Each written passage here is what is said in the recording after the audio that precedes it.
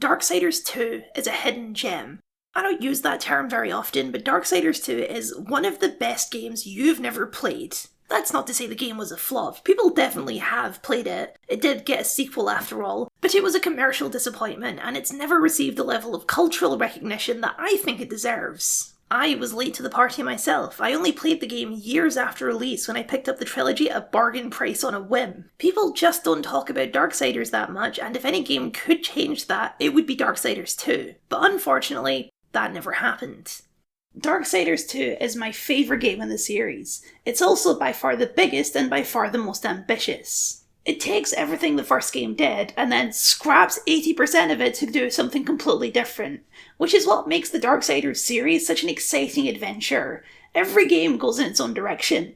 That's what happens when your core development ethos is making the coolest shit possible, because what the developers find cool will naturally shift over time, and the Darksiders games shift along with them. Darksiders 2 is a classic sequel story, twice as big and made in half the time. With the team now established and the production process refined, Darksiders 2 was Vigil's chance to prove their mettle and expand in all the ways they couldn't in the first game now that they had a clear understanding of what they could actually achieve. But Darksiders 2 does not continue the story of the first game, instead it moves backwards and sideways, expanding and elaborating on the story of the first game without moving on from it. After all, the games are about the 4 horsemen, and Darksiders 1 only told the story of one of them, which leaves a very obvious open question.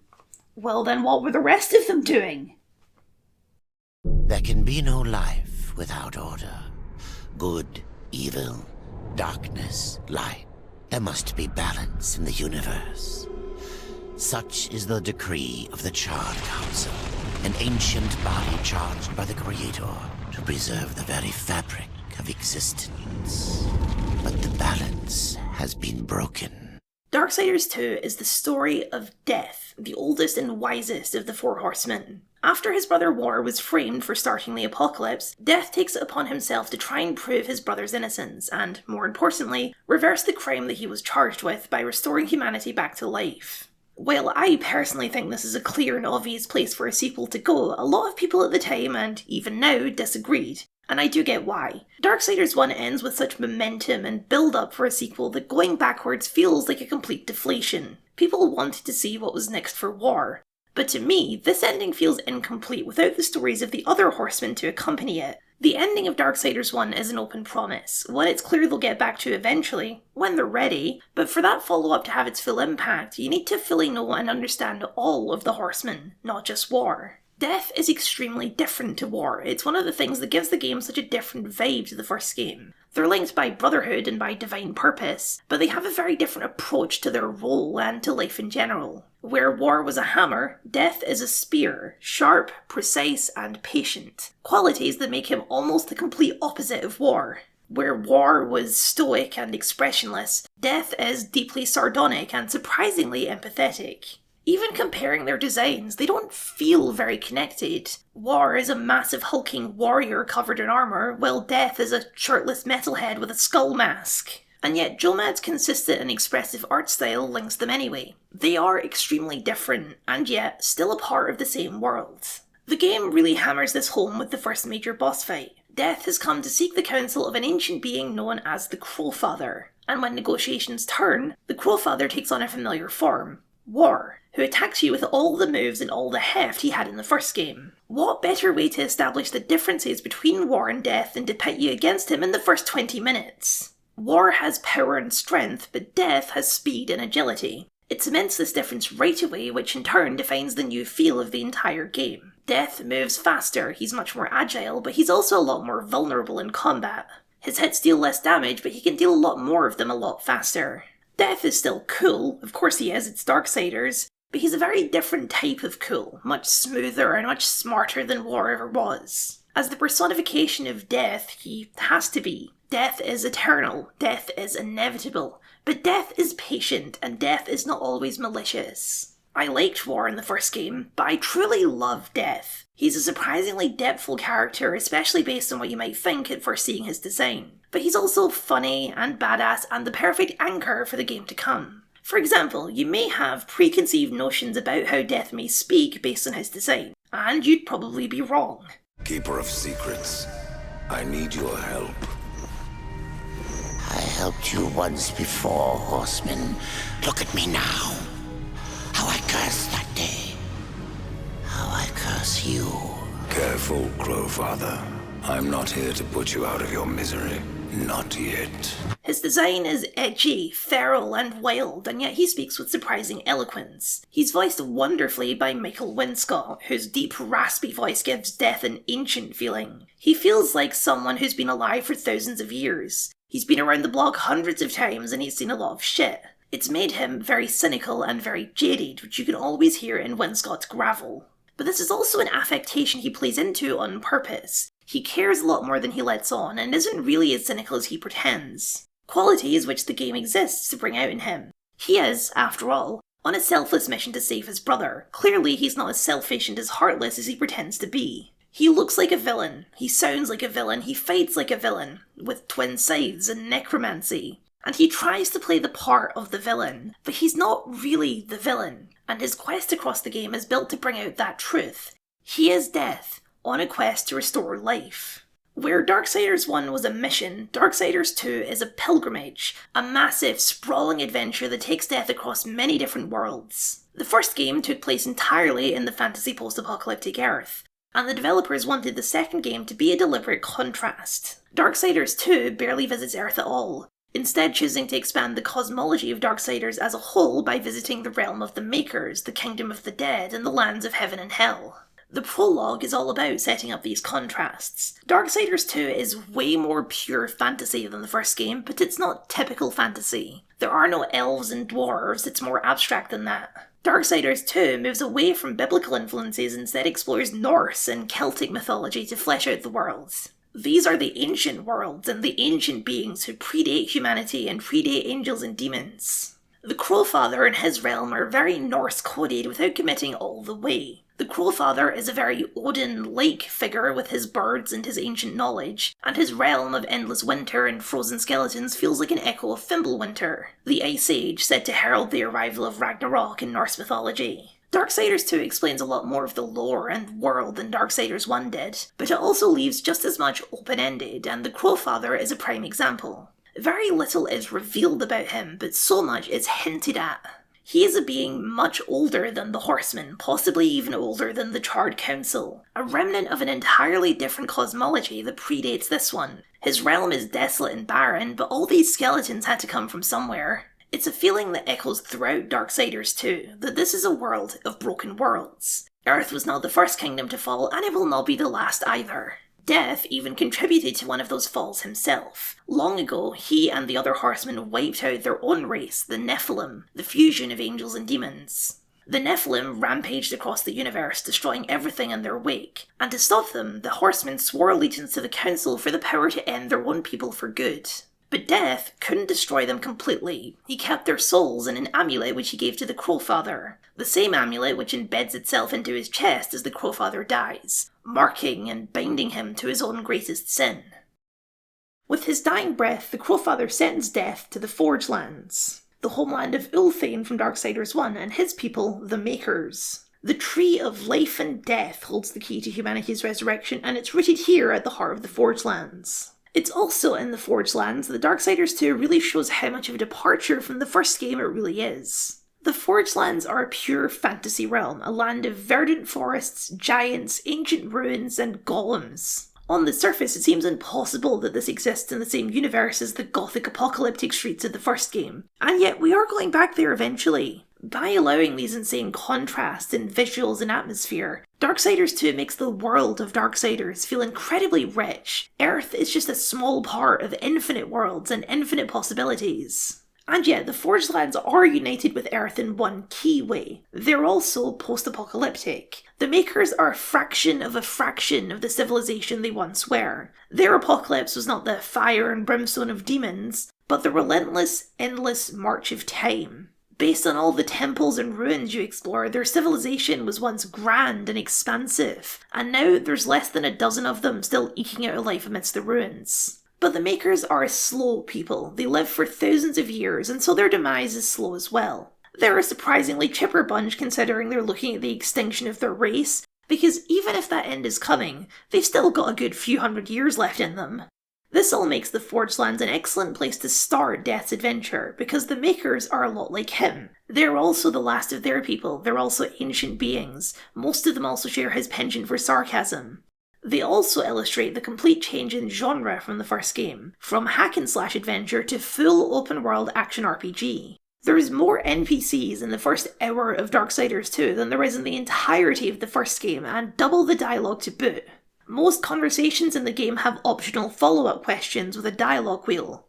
It's not a full RPG, there isn't any branching choices, but it's still a much greater focus on conversation than the first game ever gave. And it's just one in a huge list of changes that morph the genre of the game into something very different. A big deal was made in all of the marketing and pre-release interviews that you get access to your horse from the very beginning, as opposed to the first game where you didn't get it until about 2/3 of the way through. And while yes, a horseman should have his cool horse, what this change really signifies is a change in scale and a change in level design. Darksiders 1, until you get the horse, is designed at a pedestrian scale, but Darksiders 2 has all of its locations built for the horse. Massive outdoor environments to gallop through on a big adventure. The journey is a much bigger part of the experience, the feeling of going on a long quest. But this also massively increases the physical size of the world. The Forge Lands feels bigger than the entire map of Darksiders 1, and it's only the first of 4 realms. The core focus of the gameplay is still the interconnected Zelda-like dungeons, which aren't reduced in this new open-world focus, they're expanded.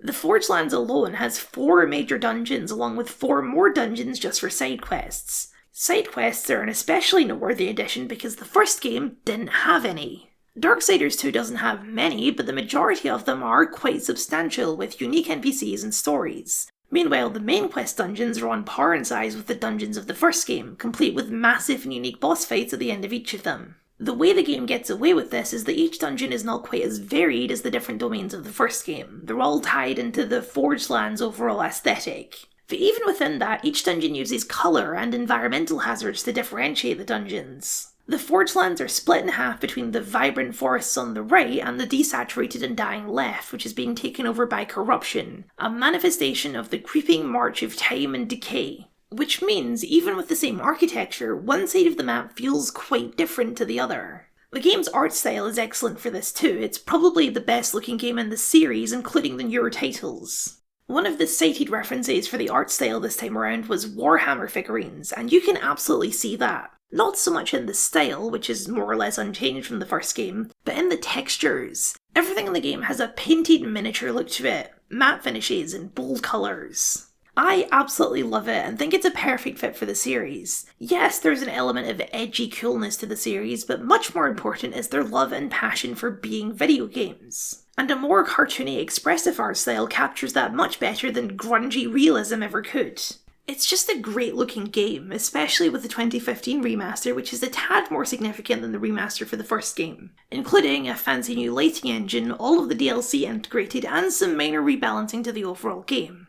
That's because the the Definitive Edition, was done by Gunfire Games, one of the 2 studios that formed after Vigil's shutdown, while the remaster of the first game was done by an outside third party. I haven't played the original release, so I have no idea what those rebalances actually were. Every source online just unhelpfully says, rebalances! But I do know that the game feels incredibly different to the first, to the point of not really being a hack and slash game anymore. It still has the bones of a hack and slash with the button combos and the combo counter, but experientially the gameplay is much closer to a traditional action RPG game. It's the little tweaks that make the difference. Rather than wars stacking health bars, death only has 1. You tend to fight less enemies than you did in the first game. The camera is much closer than the nearly isometric view you get while fighting in the first game. Enemies have health bars and numbers that come out of them when you hit them. And of course, there's a whole gear system and leveling system with a couple skill trees to go down. Like with the first game, there's very little in Darksiders 2 from a game design perspective that's new or unique. There's not even a clear inspiration for all this stuff because it's all just completely standard RPG design.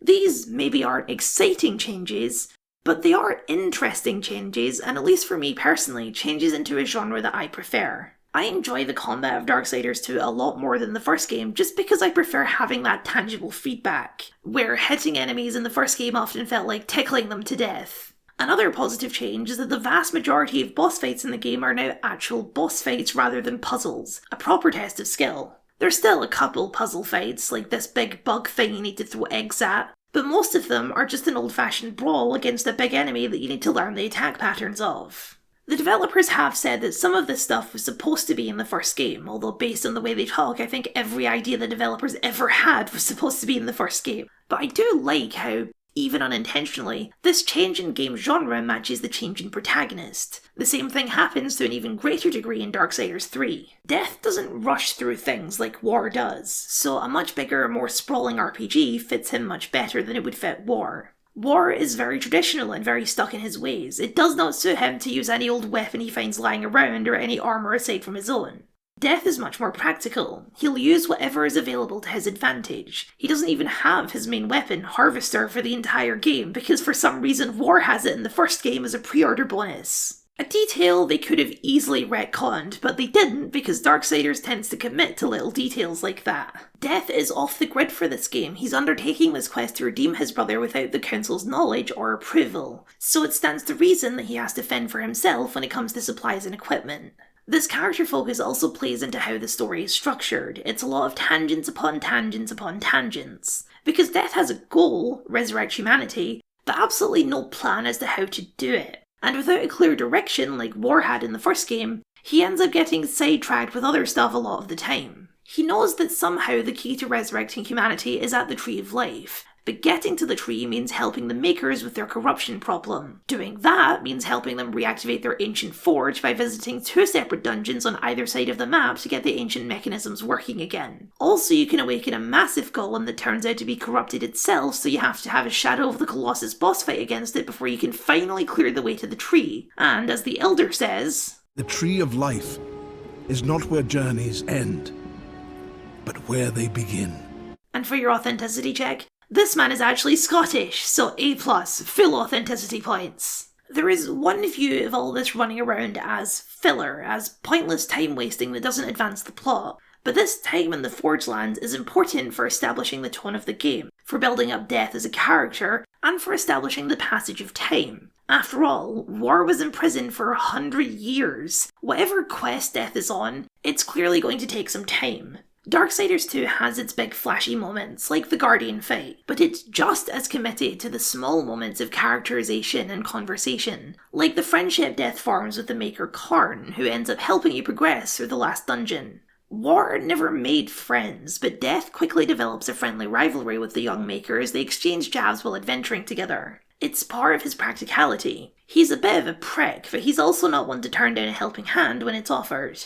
His conversations with the Elder Eddard also hint towards Death's deeper motivations. Maybe he's not just doing this for his brother like he thinks. Maybe all that guilt and regret he feels over wiping out the Nephilim are bubbling back to the surface in the face of this new apocalypse. And what makes you think I have a soul, old one? Isn't that what troubles you? Darksiders 2 has a much slower, much less punchy approach to its storytelling, but also a much more detailed one. An equal amount of time is spent fleshing out the Makers and their place in the universe. Nothing that's important to the plot, but is important in establishing the universe as real and tangible. They were once, literally, Makers. They made worlds, including the worlds of angels and demons. But that was a long time ago. Now, like the Crowfather, they're simply remnants of an older time and an older cosmology. Despite their appearance, they're not really people in the same way humans or even angels and demons are. They are of the land, and when they die, their souls return to it, crystallizing into these big glowy gems, which in turn the Makers use to power their constructs and golems, continuing on the legacy and the soul of the Makers they once were. War would never learn any of this because War doesn't give a shit about history, but Death does. He asks questions and he asks for clarification on those questions. It's through that understanding of their past and their culture that Death comes to truly care about the Makers, and not just begrudgingly help them, but want to help them fight the corruption that threatens them and give them a chance to rebuild, just as he hopes for humanity. It's the paradox at the centre of Death that makes him such an interesting character. He is Death. That's his name, that's his role, that's what he does. But he's also tired of death, tired of the endless broken worlds of the universe. The Forge Lands is where he begins to learn that just because he is death doesn't mean he can't be more than that. The second realm in his quest is where that newfound hope is challenged. Like its inspiration, the world tree Yggdrasil, the Tree of Life and Death links all the realms. It sits at the centre of creation with its roots crossing every world. It's also sentient, or at least intelligent in some way. It knows all, both past and future, and as such it takes people where they're needed and shows them what they need to be shown. The tree takes Death to the kingdom of the dead, where the souls of the damned reside until their final judgment. But it also puts him face to face with corruption and its chosen champion, Absalom, the first of the Nephilim, the leader of the Nephilim horde, and the brother who Death killed himself. Whether this avatar of corruption really is some fragment of Absalom or simply the form it takes to taunt Death is unclear and not really relevant either, because corruption is a very nebulous and ambiguous sort of villain. As a physical manifestation of the inevitable death and decay of everything, it sort of has to be. Absalom is corruption because Absalom represents Death's own corruption, his unforgivable sin, the thing that eats away at him and that he can never escape.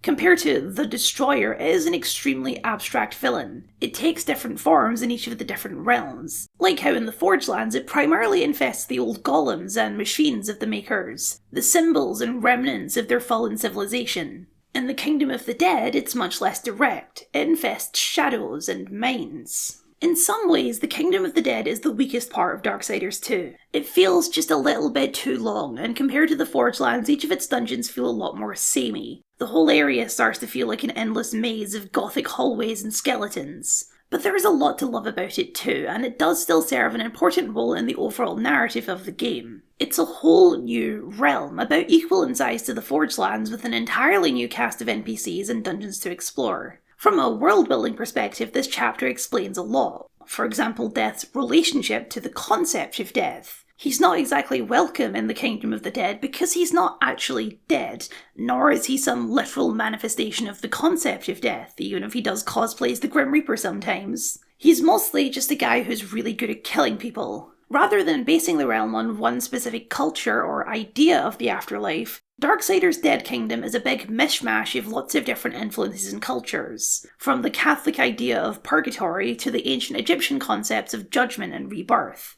along with just the skull and bones heavy metal of Darksiders. When people die, their souls pass through the Kingdom of the Dead where they are judged by the Lord of Bones. If they are judged worthy, then they pass into the Well of Souls to whatever comes after. Or they're sent to the Abyss for eternal punishment. That's how things are supposed to work, but an extra few billion souls showed up recently, so the kingdom is a little overwhelmed and the souls are starting to wander, becoming aimless and mad in the Dead Plains. This is where the conflict of the area comes in. The kingdom is much more bureaucratic than it is mythological. The Lord of Bones is not a god, he's just a very powerful manager. He's not even the original ruler of the kingdom. He overthrew the original ruler, a dude called Argul, sometime in the past. What makes this part of the game feel tedious is that the majority of your time in the Kingdom of the Dead is spent stuck in all that undead bureaucracy. First, jumping through hoops to even meet the Lord of Bones, and then rounding up his rogue middle managers before he'll actually help you progress the plot.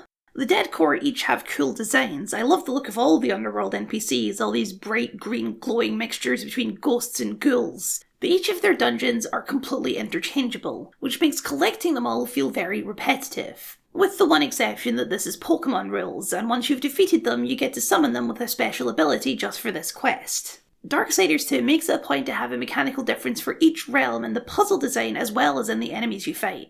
In the Forge Lands, it was riding these big golems around, and in the Dead Kingdom, it's the Dead Lords, which you can command around to activate distant buttons and levers. While the design of all the dungeons is repetitive, each is still a unique challenge, and the overall aesthetic of the Dead Kingdom is very good. A total contrast to anything in the Forge Lands or the entire first game. The highlight is the Lord of Bones' throne, which could just be a throne room in a castle somewhere, but no, his throne is aboard a flying ghost ship being pulled by two undead leviathans. It's so excessive, so unnecessary, but so memorable for exactly that reason. When it comes time for Darksiders 2 to lean into these cinematic moments, it never backs down. But this show of strength is also important for establishing the Lord of Bones and what he represents in the story. While the Makers inspired hope in death, the Dead King is here to temper that hope with reality. He is, by most metrics, a villain. He's an arrogant ruler who ignores the issues with his kingdom and dishes out swift and brutal punishment to any who defy him. He is supposed to be a fair and balanced judge of souls, but he is clearly not. One of his servants and the combat trainer in this area is a medieval human warrior called Draven, who the Lord of Bones kept as a slave rather than let him pass on because he's too useful. At first the game makes you think that maybe he's being manipulated by the Chancellor, his second in command, who just looks very evil and conniving, but no, he's just the evil vizier of an equally evil king. And there's nothing Death can do about that. The Lord of Bones is a key part of the universe. Without him doing his job down here, the entire life cycle of the universe would be thrown into chaos. It's very unlikely that he could be killed even if Death was able to defeat him, and next in line to replace him would be the Chancellor, who's barely an improvement. It's not just that the system is broken, the very nature of the universe is broken, and that's another key aspect of the Darksiders world building in general. The Charred Council have no involvement in the plot of this game at all, but their shadow looms large. As the self-appointed stand-ins for God, they are the ruling body of all of creation. They allow all of this cruelty and destruction to happen. It expands on the plot of the first game in a really interesting and indirect way, particularly with all the things that Death doesn't know about the fundamental nature of the universe. Despite it being the centre of the universe, Death had never heard of the Tree of Life and Death, and its function has to be explained to him. He was unfamiliar with the history of the Makers, he was unfamiliar with the Kingdom of the Dead or any of the problems with it. The Council had hidden all of these things from the Horsemen and focused all of their attention on their newly constructed cosmology, the war between angels and demons, and simply pretended that this conflict was the centre of the universe, that everything in the universe revolved around Earth, when the truth is much more complicated than that. It harkens back to our real world, where Christian monks of the Middle Ages papered over and rewrote the history of pagan and Celtic religions to fit them into a Christian narrative. Although without making any of that explicit, because Darksiders isn't using any real religions. And none of this comes out of nowhere or feels like a retcon, because the first game already seeded this idea by simply introducing Ulthane, a figure who doesn't fit within the angel-demon conflict, and therefore suggests a much greater universe than the one shown. You can infer this from the first game, but Darksiders II makes it much more apparent. The war between angels and demons is a completely manufactured conflict by the Charred Council. Angels and demons are two of the most powerful civilizations in the universe. Either of them has the potential to be conquerors in the same vein as the Nephilim. But the fact that they irrationally hate each other and constantly war with each other means that never happens. And more importantly, that the Charred Council stays in control. Meanwhile, they ignore the rest of the universe and let corruption fester. They let the Makers die out. They let the Lord of Bones keep his despotic rule over the underworld. They let corruption seep into the Tree of Life itself. The very gods of this universe are broken, flawed, and cruel. But how do you fight against creation itself? Well, we'll find out in Darksiders 4, because that is exactly War's plan at the end of the first game. Darksiders 2 just fleshes out that this is about so much more than humanity alone, and that Death, as he comes down in that meteor, has just as much motivation to fight that battle as his brother does.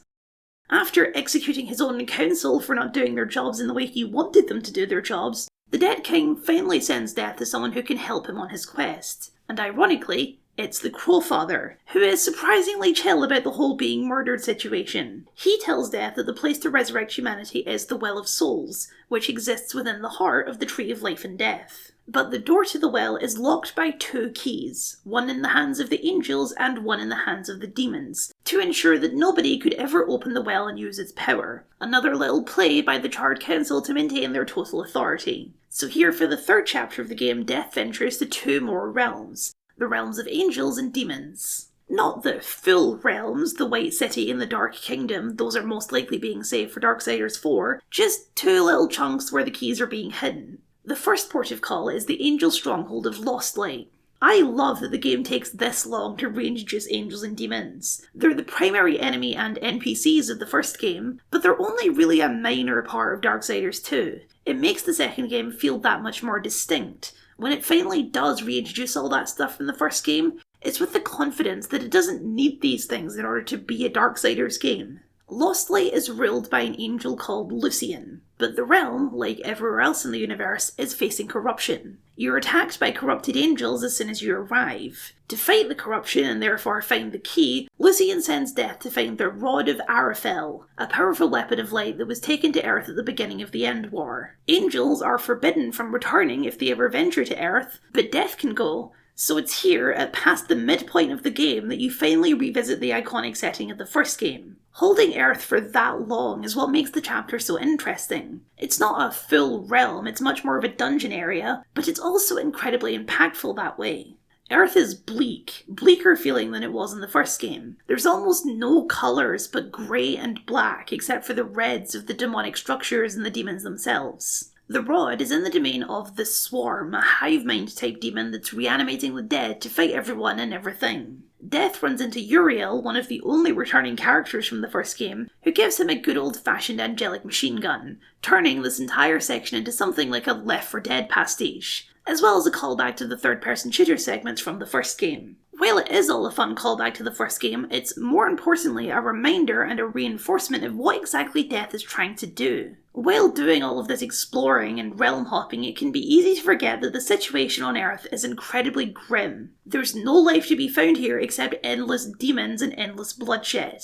It's the only part of the game that dips into horror, just a little bit. The sound design for the sequence is excellent. There's this horrible horn noise that plays whenever the enemies spot you, which is often to throw you off your balance. And also what I consider to be the most genuinely creepy monster design in the series, the Nos. They're not actually that difficult, especially with a machine gun, but they're so visually striking, these massive spindly monsters that scream as they approach you. It's a genuinely unsettling image. I've also somehow gotten this far without ever bringing up the game's score, which is probably a crime. In classic Darksiders fashion, Vigil pulled in the coolest composer they could think of, which is of course, the legend himself, Jesper Kyd. Darksiders II is some of his best work, and for Jesper Kyd that's really saying something because the man doesn't miss. Darksiders 1 had a fine, if very generic soundtrack, but Darksiders 2 has an incredible soundtrack that fits the game and the series wonderfully. I'm not knowledgeable enough about music to break down exactly what makes it so excellent, but I can certainly take a stab at it. The buzzword of the score is ethereal. It sounds otherworldly, not quite fantasy, not quite sci-fi, somewhere in the middle, a mix of synths and traditional instruments and distortions that come together to create something wholly unique. I've been listening to the soundtrack on a loop as I make this video and it still hasn't gotten old. The music is always an enhancement. No matter where you are in the game, it's always there to amplify the tone that the game is going for. And it feels like Jesper has an intricate understanding of exactly what the story is going for. Playing with these themes of hope and despair, darkness and light. I mean, one of the tracks on the soundtrack is literally called Death Brings Hope. He gets it. Earth is no exception. The score for Earth is one of the simplest tracks in the game. It's mostly just a single guitar plucking slowly along. It almost sounds more like something from Borderlands. But the fact that it's so empty compared to the rest of the score is what makes it so effective. It's bleak music. There is no hope and no light to be found here in these ruins. Just pure desolation. And yet, Death fights anyway. That's exactly why he's doing all of this. To fix this. The first game never really tapped into the bleakness of the apocalypse because the game was much more about war's revenge mission than it was about the tragedy and loss of humanity. Which is why this chapter is important. It reframes the apocalypse as a tragedy and not just as the byproduct of a biblical conspiracy. After the lack of agency and the lack of ability to change things in the kingdom of the dead, it's a reminder to Death to keep on the path. That he has to keep looking for a way to restore humanity. Earth can't just become another dead world. The cycle needs to be broken. The actual realm of Lost Light is much smaller than the first two. It only really consists of one dungeon outside of Earth. But like the others, it still has its own unique mechanics, this time redirecting these beams of light to clear away corruption, as well as reintroducing the portal gun from the first game. The Lord of Bones also gives you the Soul Splitter ability, a very cool mechanic where you can split into two entities that you control independently. It allows for some very complex and interesting puzzle design.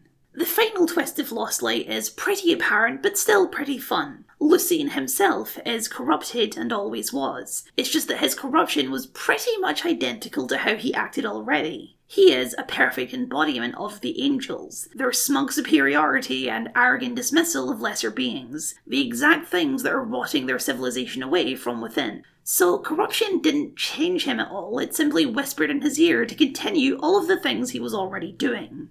Just because the war between angels and demons was engineered does not mean that the angels and demons are otherwise good people. The rulers on both sides particularly are consistently shown to be corrupt and dangerous. It's what helps the council maintain their authority and prove that their mandate of balance is essential. There are a couple other NPCs in Lost Light. There's Nathaniel, a generally nice and respectful dude, but ignorant of all the real issues with his society, and Jeremiah the Scribe, who's initially a boss fight, having been corrupted himself, but during the fight Death manages to cleanse the corruption, making him one of the only bosses in the game that Death doesn't kill. Corruption spreads from the top down, as it did in the Kingdom of the Dead, but there's still a chance for the angels, still people who aren't warmongers like Lucian or Abaddon. There is still hope that things can be different. The final realm is Shadow's Edge, the location of the Demon Key. It's also by far the smallest region. I've always wondered if there was supposed to be more to it, but the budget was running out, or if this was just a pure pacing decision. The idea of entering another massive realm this close to the end of the story is rather daunting. Shadow's Edge is the domain of Samael from the first game. He's not home right now, after all he's currently imprisoned on Earth, so his realm has started to fall completely to corruption by sheer neglect. There's only one living creature there, aside from some bugs, but she is a rather important being. The Mad Queen Lilith, mother of monsters and mother of the Nephilim, mother of death. Not quite literally, it's a little more complicated than that, and complicated enough that Death doesn't consider her worthy of the title or his respect. Her appearance here is enhanced greatly if you happen to have read the prequel comic to Darksiders 1, which features Lilith long before she actually shows up in this game. It's rare for external media to get that kind of importance, but while the extended media for Darksiders is limited, it's well worth engaging with because it all feels so connected. She also features a fair bit in the novel The Abomination Vault. She's an incredibly important figure in the Darksiders universe. She's even in the first game, albeit only in voice. She's the demon who transformed Abaddon into the Destroyer. Her actual design and personality are very Xbox 360, shall we say, but her role in the story is very similar to Samael's, stating things for later. Like her boy toy, she's clearly scheming. She was, after all, the creator of the Destroyer, which puts her pretty high up the conspiracy chain, though how high remains a mystery since those are questions that Death doesn't know to ask. She also tries to manipulate Death to her own ends by corrupting his very mission. He's on a mission to save humanity. But why? Surely, if such a thing is possible, it's just as possible for the Nephilim, isn't it? Would he really choose humanity over resurrecting his own people, over rectifying his deepest regret? Only Samael knows where the key is, and Samael is gone, but there are ways around that. Lilith gives Death the Phase Walker. Haha, I see what you did there, Darksiders, very good. Which upgrades the portal gun into a time portal gun, for by far the coolest if most underutilised puzzle mechanic in the game. The dungeon of the area is Samael's abandoned keep, but you jump between it in its present abandoned state and its prime in the past to progress and solve puzzles. It's understandable that they saved this for just one dungeon because it would be a nightmare to account for across the game. But it is such a cool mechanic that I wish I could take it to other places, but there are also logistical story problems that would overcomplicate that, so conveniently it only works here in Samael's castle. The man himself does make an appearance, albeit in the past, but he can immediately tell that Death is from the future, hinting at that same omniscience he seemed to have in the first game. He finds all of this very interesting, and decides to fight Death for what seems like pure amusement. It's one of the hardest boss fights in the game, arguably harder than the actual final boss fight, at least it was for me, and what makes it extra annoying is that he has a big stupid grin on his face for the entire fight. He feels genuinely powerful, and it gives the clear impression that he wasn't bluffing when he said he could easily kill War in the first game.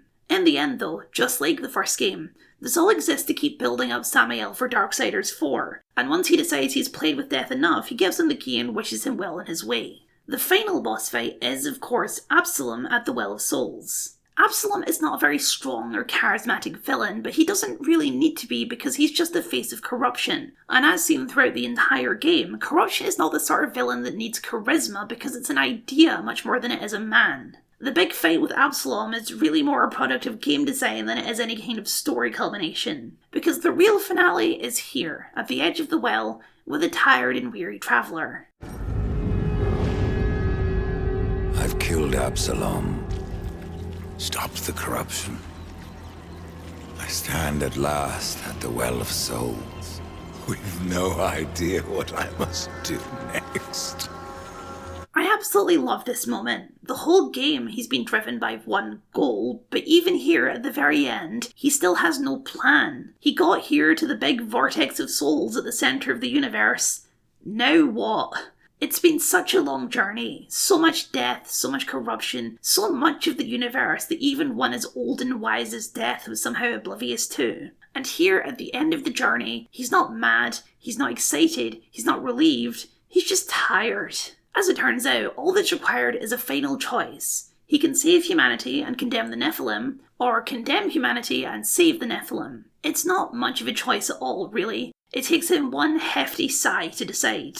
Death regrets what was done to the Nephilim, but the past is the past, and living in it only sows corruption. The Nephilim had their chance, but humanity was robbed of theirs. They deserve that chance again. So Death, for the first time in the game, removes his mask and dives in. It's a sacrifice, in a way, but it's mostly a rebirth. By using the souls of the Nephilim to restore humanity, Death is finally letting go of the guilt and the regret. He's choosing to move on, to look to the future and have faith that a better world is possible, even in all these broken systems. For a character like this, a character defined by cynicism and sarcasm, it is a truly beautiful moment. And of course, it's not the end of Death's story.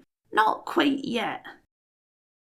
Darksiders 2 had 3 extra campaigns added as DLC, along with a bunch of extra goodies like new weapons, armour, and a couple extra side quests in the main campaign, which I didn't even realise were DLC until writing this video, because in the Definitive Edition all of this is integrated into the main game. The extra armour and weapons are dispersed around the world, and the extra campaigns are unlocked by certain trigger points in the main story, which is sort of the recommended place to play them. They're actually unlocked in a different order than their initial release order, but the first of these bonus campaigns was Argul's Tomb, which is unlocked after you finish Lost Light. After the Lord of Bones did his little coup against Argul, he moved his tomb out of the Kingdom of the Dead so the deposed king couldn't draw from its power to potentially retake control. Argul himself isn't actually here though, because he's in the base game as an optional boss fight already, but when you kill his skeleton, how sure can you really be that the skeleton is dead? So, the merchant Ostrogoth has summoned Death here to destroy Argul's power for good. Ostrogoth is a minor but still important character from the main game, the merchant of the Dead Kingdom in Shadow's Edge realms. And like the Crowfather or the Makers, he is the last of a long extinct people, some sort of pagan goatman race. There isn't much plot to Argul's Tomb, it's mostly an excuse to do a big high-level dungeon area and push some of the mechanics a little further, this time the portal gun. Aesthetically it is pretty cool though, it's a combination of the snow and ice of the Crowfather's domain, with the architecture and enemies of the Dead Kingdom, and a final boss fight against the big ice dragon. Some games go very heavily into DLC, with big grand continuations of the story or revelations, but Darksiders 2 is not one of those games. The DLC for Darksiders 2 is simply more Darksiders 2, and there's nothing wrong with that approach either, unless it's boring. The second campaign was the Abyssal Forge, unlocked after you complete the Dead Kingdom. Death has somehow found himself in the Shadowlands, the lands between the different incarnations of the Tree of Life and Death. It's not as cool as it sounds, it seems to be mostly just a big swamp. But an old maker was once imprisoned here, the Mad Smith, whose creations threatened the rest of the universe. He's created a self-replicating golem called the Abyssal Forge, and Death needs to take it down before it gets free. The Abyssal Forge is the weakest of the additional campaigns. The Mad Smith is a fairly interesting character, but the Shadowlands are very boring. Just a dull brown swamp full of industrial equipment. It's a very bog standard, game setting. More importantly though, about half of the DLC is dedicated to just running around and collecting some magic ore for the Smith. It's very repetitive, and the DLC isn't even an hour long. Unlike Argul's Tomb, it doesn't draw on anything from the base game. The Mad Smith and his creations are new, and so are the Shadowlands, which are just a confusing inclusion all around, because a realm between realms seems like it should be much more exciting than a toxic swamp. Included as a free bonus thing, the Abyssal Forge is inoffensive, but I have a feeling I'd be a little harsher on it had I bought it as it originally came out.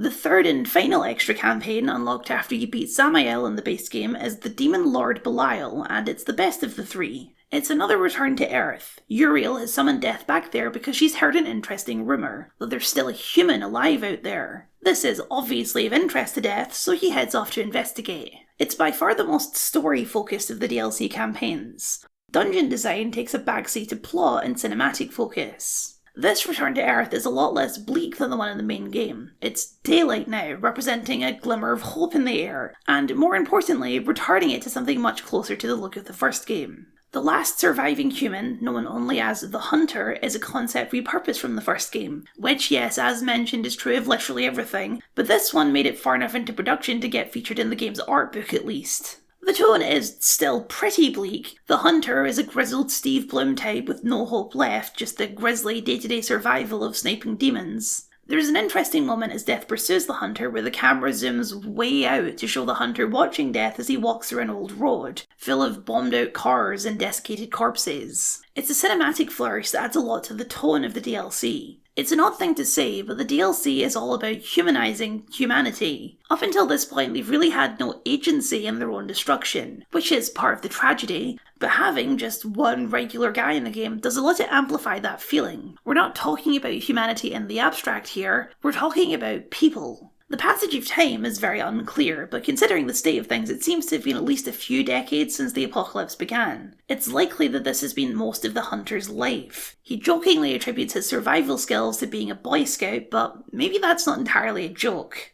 More importantly, he says his survival is in part due to a deal he unwillingly made with a demon, the titular demon lord Belial, who took his soul in exchange for his life, and also forced him to give up the locations of fellow human survivors. Death takes it upon himself to kill Belial and free the Hunter's soul, but as is so often the case, the truth is more complicated. Belial is a grunt amongst demon lords. He doesn't have the power to take souls, he just said that to mess with the Hunter, because he was bored. The Hunter sold out the last of humanity for no reason at all, and when he learns the truth, he asks Death to kill him rather than live with the guilt of it. It's bleak, it's dark, it's the apocalypse, baby, but in an indirect way it's also kind of a lead into Darksiders 3. The Hunter does hint towards the possibility of other human survivors, and that ultimately ends up being the thread that Darksiders 3 picks up from. They even all dress exactly like him, but that's a story for later. Darksiders 2 actually ends in exactly the same way as the first game, and I do mean exactly the same way. It fully recreates the final cutscene of the first game, only with Uriel's new voice actor, which is kind of funny, but it's also a promise. No, Darksiders 2 did not resolve that cliffhanger, but that cliffhanger is not forgotten about either. Even if it takes a while, we're getting back there eventually, once all of the meaning behind it has been fully revealed. Darksiders 2 is a weird game, weirder in pitch than it is in practice. I completely understand why it was never a sensation, because it's just such a hard game to sell. It's this strange blend of genres and aesthetics and ideas that all make perfect sense in the playing, but not nearly as much sense in the marketing. And even then, you do have to be a certain kind of nerd to get really invested in lore this convoluted and silly. I get it.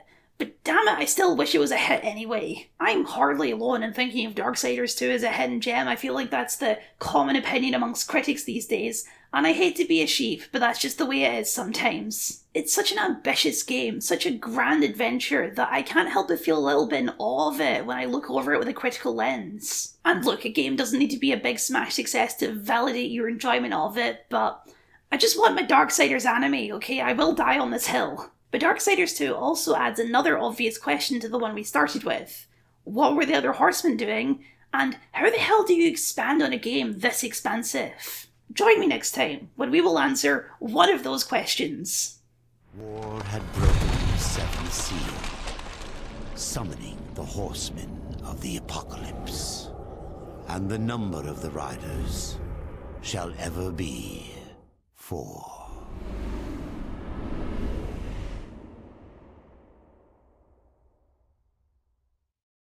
Thank you for watching, and a very special thank you to my wonderful patrons for your continued support. If you'd like to see your name up here, or just support the things that I do, then please consider signing up, as well as a like, comment, share, subscribe, and ring the bell, because for whom does the bell toll?